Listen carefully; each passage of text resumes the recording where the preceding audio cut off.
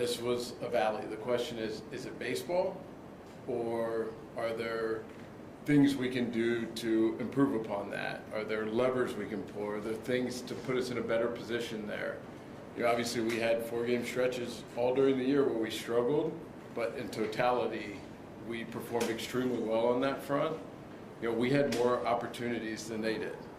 They cashed in at a higher efficiency than we did, and it's why they're playing tonight and why we're sitting here today. But I think trying to process all of it, from my standpoint, is so much more about what's constructive, what is helpful. We have more time right now than we anticipated. We weren't planning to start thinking about the 23 team until later. And so now the question is, how can we best use this time, use it wisely to do everything we can not to have this time next year. You guys have quite a few free agents that are now on the market.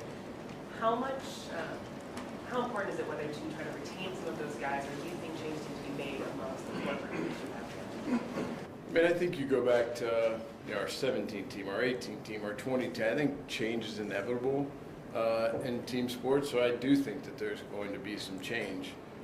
What exactly that looks like, I'm not sure right now. Again, we didn't anticipate having this time, and so now it's about really rolling our sleeves up and digging in for things we can learn from this year that will help us in the future, and also the best way to position ourselves to have the deepest and best team going into next year. And we're going to do our best to use that time wisely and do everything we can to pick ourselves off the ground and put the best team out there for next year. Andrew, you just asked the question yourself, right? Is it just baseball, or are there things that you can do? It's kind of your gut, reaction thoughts right now. Which one do you think it is?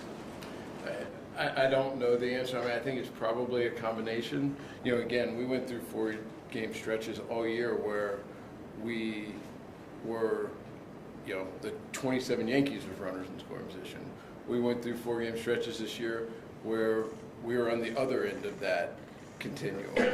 I felt like, it's kind of taking each game separately. Game 1, I felt like for 3 innings, we were great. Those last remaining innings, we were not. Now we held on and won the game. In Game 2, I actually feel like we had really good at-bats. We had really good at-bats against Yu Darvish and their pen, and had a lot of different opportunities and some hard-hit balls that found guys that didn't fall. I didn't feel that way in Games 3 and 4. And so how much of that is baseball in the natural course, and how much of it is, other things. Again, so many of our guys have a lot of postseason experience. It's not being intimidated by the moment. We had some untimely kind of injuries with Gavin Lux and JT, who were doing really well in September, had those injuries and came back and, weren't quite right yet. But you can kind of go through all of it, and we will, and spend time on it. Just trying to find any levers or anything we can do to help put us in a better position next year. I'm kind of wondering, with as many teams that are tanking now, right? I think there was like a stretch maybe in the middle of the season, you guys weren't playing great, then, right? You go visit the Reds, now all of a sudden you're on a winning streak again. You mentioned Game 1, obviously that's the guy, right, in Clevenger that they probably don't want out there, right? Coincidentally or not, that's the guy you guys hit. I don't know, is because of the way the competitive balance of the game is the way it is right now, do you think that can be the regular season can be kind of misleading in a way, or at least in regards to? Because I think everyone, it's all relative, and other good teams also played all the other teams, and I feel like against good teams and good pitching, we performed near the top in general. We played against those Padre pitchers a lot, and we had a worse string of at-bats during these 4 games than we did in the, during the regular season. And how much of that is them adapting to something, how much of it is us being slow reacting, how much of it is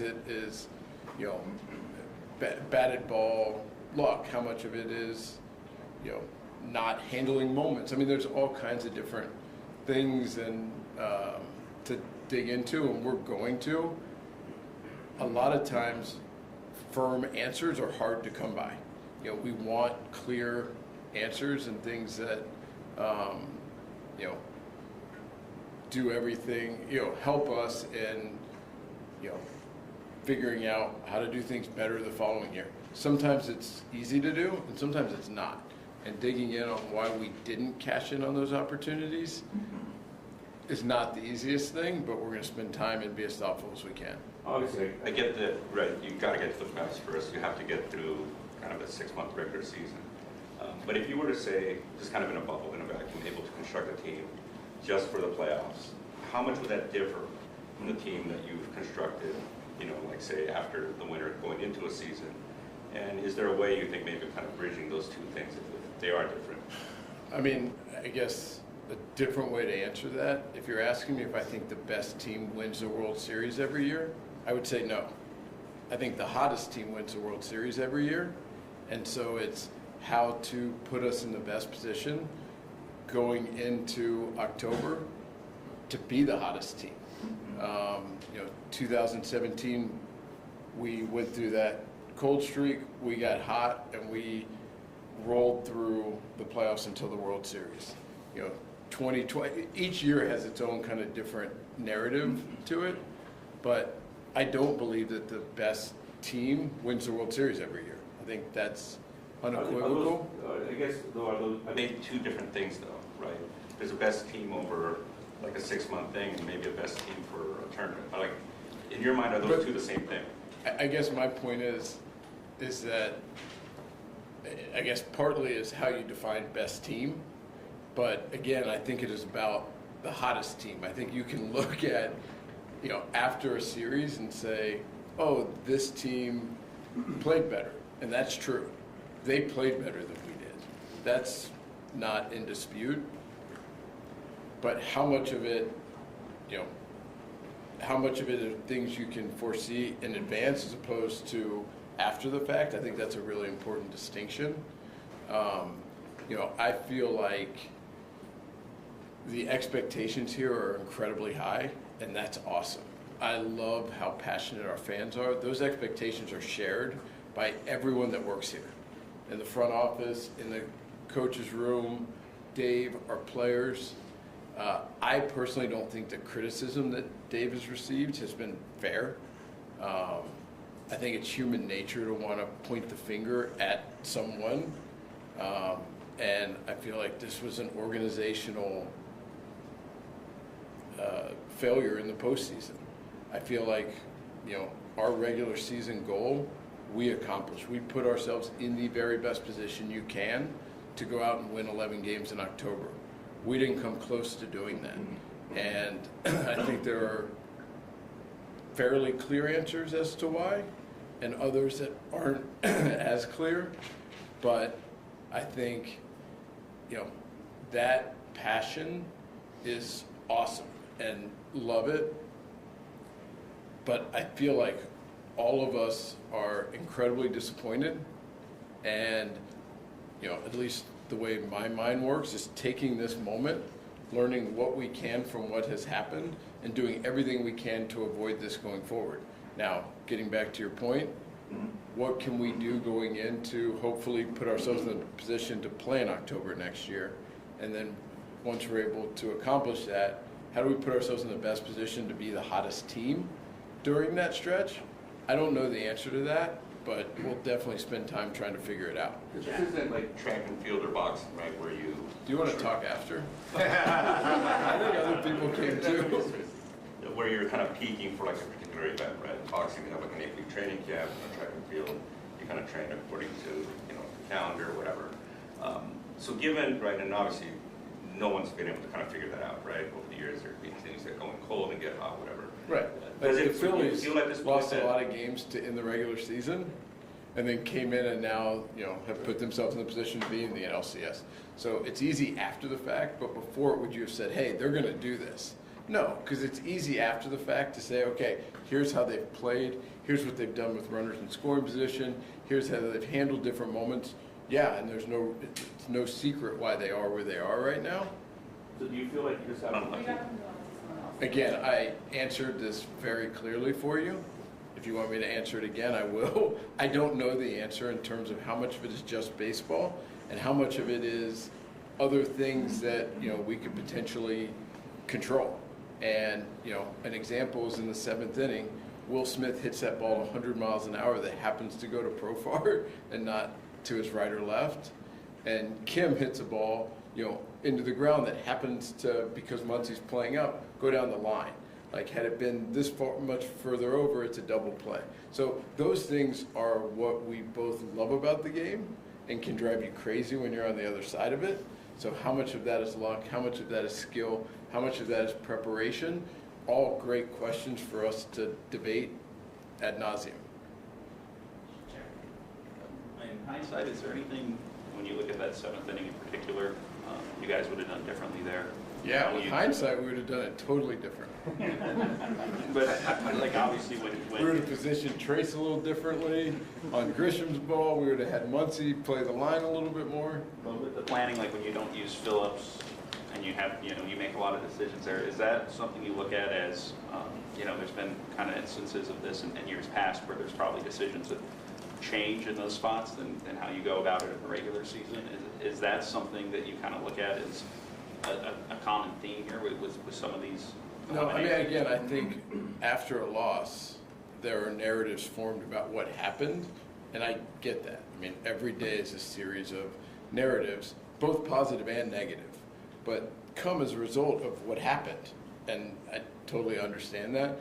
I think that there are decisions that are 50-50 or 55-45, and if those moves would have worked, Dave would have gotten praise for them. Like, definitionally, if that's the case, which I genuinely believe is to be the case, it's hard on the other side to be too critical. You can say, hey, it would have been great if you had done something different with the benefit of hindsight. It's a hard thing when, like, in that moment, I think you could passionately argue different sides. And so many decisions like this don't have a clear right or wrong answer until after it plays out. You don't think that inning sped up on him, though? Jeez, Dylan, what? You don't think that inning sped up on him? I don't. Especially in particular with like the best thing. I don't. I didn't know what happened with the first pitch, and then after it was a missed sign. Like, those things happen. I did not think that. Do you know how that sign got missed yet? I don't. Wait, was this? I'm not going to spend any time on that either. Like, getting into it like that. Was this the most disappointing elimination you've had here? Yeah, probably. It's hard to, like, vividly remember each one because they're all terrible and devastating, and eventually you kind of pick yourself up and start to pour yourself into the next year. I felt way worse Sunday than I expected, and I expected low, and it hasn't quite hit an upswing yet, but it will at some point. Really? Andrew, we talk about analytics during the regular season and how well they work, 111 games. Do you guys change your way of thinking when it comes to analytics for the postseason, maybe taking into consideration emotion or things like that? Like, help us explain how that works. Yeah, I'm not exactly sure what analytics means because it means something different to different people. From our standpoint, it's about being prepared. And it's about having scouting reports on the opposing players. It's about understanding their strengths and their weaknesses. It's about matching up our players' strengths against the other team's weaknesses. So I think it means different things to different people, but from that standpoint, it's about, like, everything is a series of kind of individual events that happens in a baseball game, and it's about trying to have the odds as much in our favor in every move that we can as much as we can. And, when a game starts, we have a lineup that we pick to face their pitcher. They have a lineup that they pick to face our pitcher. And then so there's the series of kind of individual battles. And then from there, it's our guys are picking relievers to come in and face their hitters, knowing they might hit. And it's just how to match up our guys' strengths against their weaknesses as much as possible. And I think it's similar in that that's the best way for me, whether you cared enough about a spring training game, whether it's a regular season game or whether it's Game 7 of the World Series, is to constantly try to put your players in the best position to succeed, which in turn gives you a better chance of winning. So that's how it kind of lands with me, but I think it means something different to different people. All right. Andrew, just also out of that seventh inning, really, because you're playing a game of 5, 4 in general, another narrative is who makes those decisions? How much is it pregame? Is that really a narrative? I mean, part of it is like, who's After every single postseason, I've answered that question, so I don't feel like it is a narrative, only based on like the question at the end of it that keeps coming out. So does Dave make that decision? 100%. 100%. And we've answered this a lot of times. I'd really like not to answer it. Well, next year, hopefully, it's after a parade. But it's been very clearly answered here a lot of different times. If it ever changes, I'll let people know. I don't think it ever will, but if it ever does, I will let people know. And then also, it seems like Dave's coming back. Can you confirm that? Good. Dave is coming back. 100%. Okay. What do you make of the fact that teams in the past had made changes even after a successful season just because they need to change the voice? They need to change the voice of the clubhouse after some disappointment. Yeah. So this year worked with Phillies, they don't work with other teams. What do you say to that? Yeah, I understand that. I don't feel like that's what we need. Again, if we felt like a different voice was going to help us cash in on those situations with runners in scoring position, yeah, then maybe we would. But again, again, if Will Smith's ball's 3 feet to Profar's left or right, it clears the bases as opposed to being a sac fly. I mean, there are those things that take place in the course of a game that I think it's important to tease out, like what part of it is baseball and what part of it is leadership. And I feel like Dave and his coaching staff did an incredible job to lead this team during the regular season to 111 wins.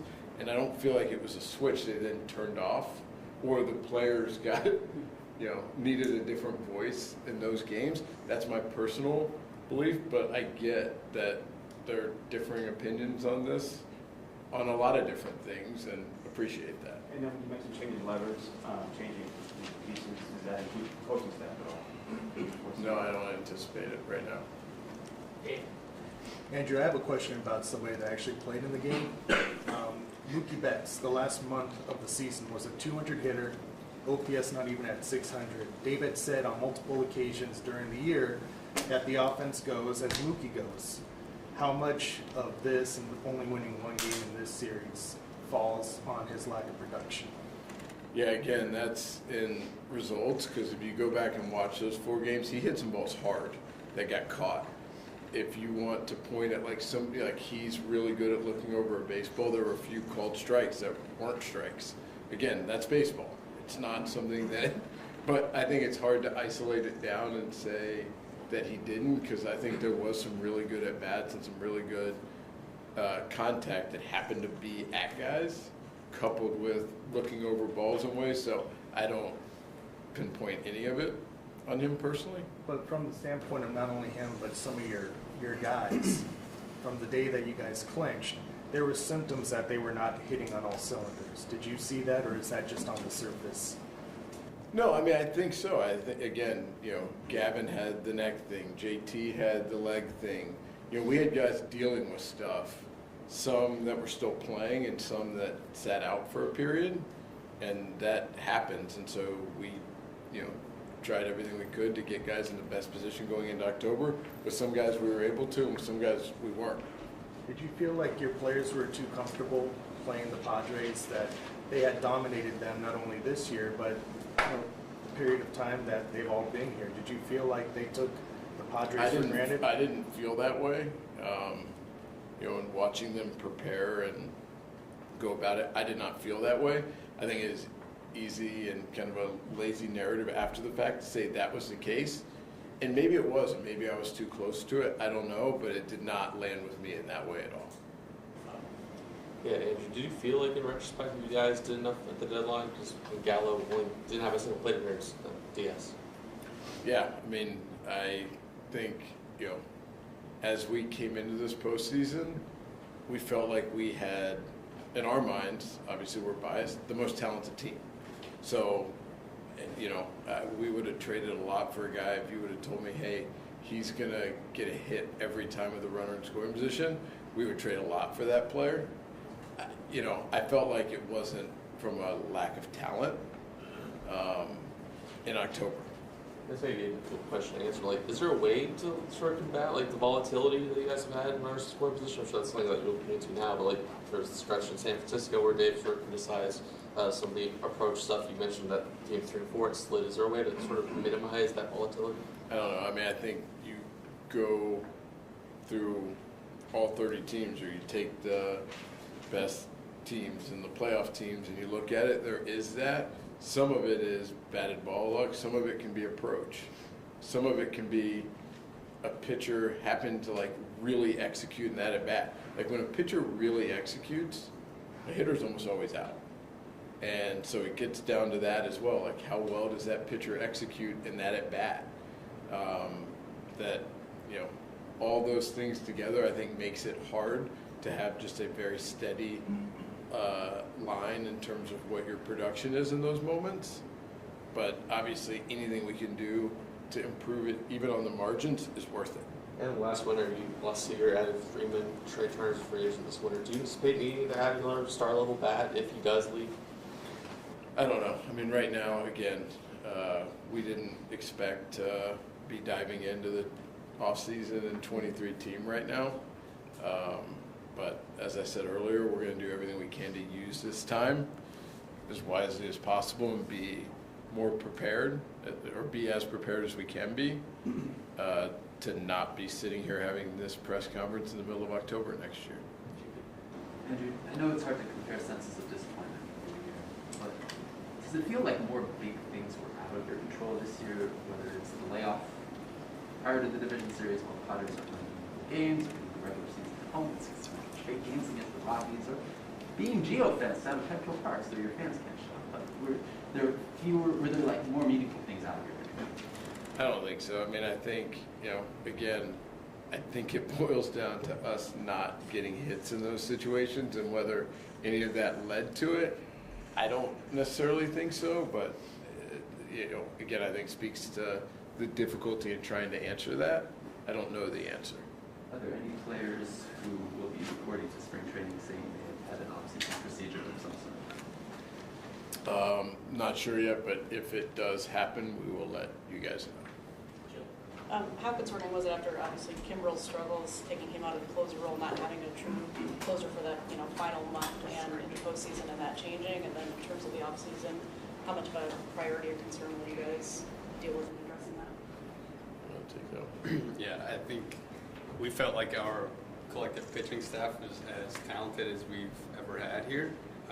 Really like the different weapons and abilities that our relievers had. So, having a traditional closer wasn't something that's like front of mind. And we think that it's a really talented group that is all prepared to pitch in any situation, which allows, the doc and the coaching staff to put them in the best situations when it calls upon, rather than going inning by inning. Yeah, any regrets not adding a starting pitcher at the deadline? Again, I think we spent a lot of time during the deadline. Some things that happened, a lot of things that didn't. That's the same every trade deadline. We are tasked with doing everything we can to win in that current year, but also to maintain our future outlook. If a deal would have made sense, we would have said yes to it on a number of different fronts. So no, I don't regret not doing a bad deal for us. I don't regret that. And again, I don't feel like it was our starting pitching or our pitching in general that is the reason that we're sitting here today.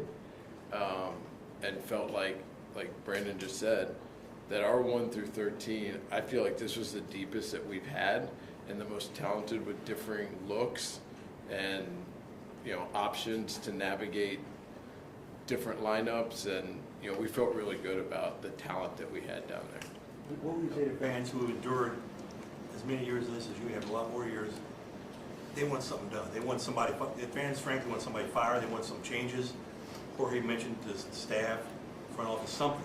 What do you say to those fans who are begging to see something different that could happen to change the outcome next year? Again, I think the passion that they have is shared. You know, the expectations that they have are shared. The disappointment that we all feel today is shared. I think, you know, it's just the way I personally see the world is for everyone that we work with that pours themselves into this also feel that same way, and it's us collectively trying to learn what we can from what has happened and putting ourselves in the best position to avoid it going forward. Again, I feel like if, you know, the vast majority of the time, if the best team just always won the World Series, and this happened to be an example of not, then I think it's easier to, you know, point fingers and isolate why. Some of it comes down to what happens in the crazy tournament that is the playoffs of baseball. And it cuts both ways. It's exhilarating and awesome when it works out, and it is crushing when it doesn't. And to me, that has as much to do with the beauty of this game than it does. I just don't see the world in terms of pointing fingers and firing someone for those reasons. Now, I think as a group, if we're not constantly trying to get better, even if we won it all this year, I think the mindset of always trying to improve what we do is shared among everyone we work with, then those are people that I very much believe in figuring this out with together. Yeah, Andrew, with regards to the runners in scoring position thing, how do you fix that? Is this a mental thing or is this mechanical? Well, again, during the regular season, we led in every category with runners in scoring position. So I don't think it's something that gets into a mental thing. You know, there were 4-game stretches where we were elite. There were 4-game stretches where we weren't. I don't know the answer to, you know, how much of it was it being the playoffs. But again, if we had a bunch of inexperienced guys in the playoffs, I think it's a fairer question of that. But with the experience these guys have, I think it mitigates that some. But I think a lot of our time and energy is going to be spent on, are there things we can do to improve it on the margins? Are there levers we can pull to do whatever we can to increase our chances next year? It's been 3 seasons, regular seasons now, where Cody just hasn't been the guy from 2019. Obviously, he's a lead defender, and you guys have been able to absorb, you know, his offensive struggles. Does that equation change at all going into this offseason? Can you absorb, you know, paying him $18 million or whatever it is next year and anticipating much change? Yeah, I mean, I think a lot of it was, Andrew touched on it before, like we haven't spent much time on that at all, unfortunately. Unfortunately, that's just not something we've discussed much internally. You know, obviously, Belly's had spurts of being really successful throughout the season. His elite defense has continued to be there, and we still think that there's upside. So those are discussions that we're going to have moving forward as we look into what 2023 looks like. Do you guys plan to pick up Justin Turner's option? Again, all kind of personnel things for us. We're going to spend more time on. You know, he's been a huge part of our success. Has been right in the thick of, you know, everything for as long as I've been here. But answering definitively about what next year's team is going to look like is just really difficult right now. You know, we're going to take time and meet as a group and really get into those things. We're just not prepared at this point. And does the outcome of the Bauer appeal, will that have any impact financially on what you guys kind of are able to do this winter? I mean, as long as I've been here, our ownership group has been incredibly supportive of doing anything and everything to reward our fans' passion and do everything from their standpoint, to put us in position to go out and win a championship, and I don't anticipate that changing. Just quickly, Andrew, considering how this playoff structure has played out in a sense, with the wildcard teams being the hotter teams that are going through, obviously we've got so many of these Guardians, to see how that one plays out. But how are you guys looking at this now playoff structure and using that to prepare for next season, just seeing if that changes your approach in any sense? I mean, we'll still be gunning for the 1 seed. We won't be gunning to be a wild card team. We spend very little time thinking about, well, what could be different? How would you structure it? As opposed to, this is what it is, and let's operate within it and do the best we can. And so I can confidently sit here and say that our goal next year will be to be the number 1 seed, and do everything we can to then win 11 games. Yeah, Andrew, is this level of spending you guys are at sustainable, or do you feel like you might have to make some adjustments in the next couple of years just to sort of continue this sort of stable thing, I guess? Yeah, I mean, we've talked about this over the years. We never view payroll in 1-year increments. We always view it over kind of a rolling time period. And there are times where our payrolls are higher. There's times where it's not as high. And, a lot of that times with our farm system and when young players are coming up, and, because the number one thing for Mark Walter and our ownership group is do everything we can to go out and win a World Series. So sometimes, as part of the transition that happens on rosters over a 3 to 5 year period, young players get integrated onto the roster, and by definition, payrolls come down some when that happens, depending on how many. We have a number of really talented minor league players right now at the upper levels, and part of our focus this offseason will be how many to look to integrate early in the year, how many of them will kind of serve as depth throughout the year, get some experience, and then be part of, the core going forward. All are things that we're going to have to work through this offseason. And this sort of falls into the personnel bucket, but last year when Clayton was still waiting to make his decision, he decided not to give him a qualifying offer. Do you anticipate having a similar sort of path as he sort of decides if he wants to play next year? I mean, from my standpoint, nothing has changed in that. My strong hope is that Clayton Kershaw is pitching here next year, but, like I said last year, I think, for him to take the time and put his head together with Ellen and figure out what makes the most sense for their family is what we're going to afford them the time to do. And whether it's a decision that they make quickly or it takes some time, I'm not sure of that right now. But as we learn that and get a sense, we'll have a better feel for how we're going to handle everything. We have to reset your salary cap thing up. Will we have to? Well, yeah, we have to. No. There are benefits to doing it, but we will not have to. You mentioned kind of the margins. I'm just kind of wondering, in your 8 years here, I think it's been 8 years, right? As the game as a whole has gotten smarter, how much harder has it become to kind of maybe find those guys kind of that can help you on the periphery, if at all? I'm not sure I know how to answer that. Just being so mired in it, I don't necessarily have perspective, but I feel like the group that works together in this organization to do everything we can to go out and win, I'm biased, but I feel like this is the best of baseball. And I feel like there is a level of curiosity that exists among the group of trying to figure out ways to improve.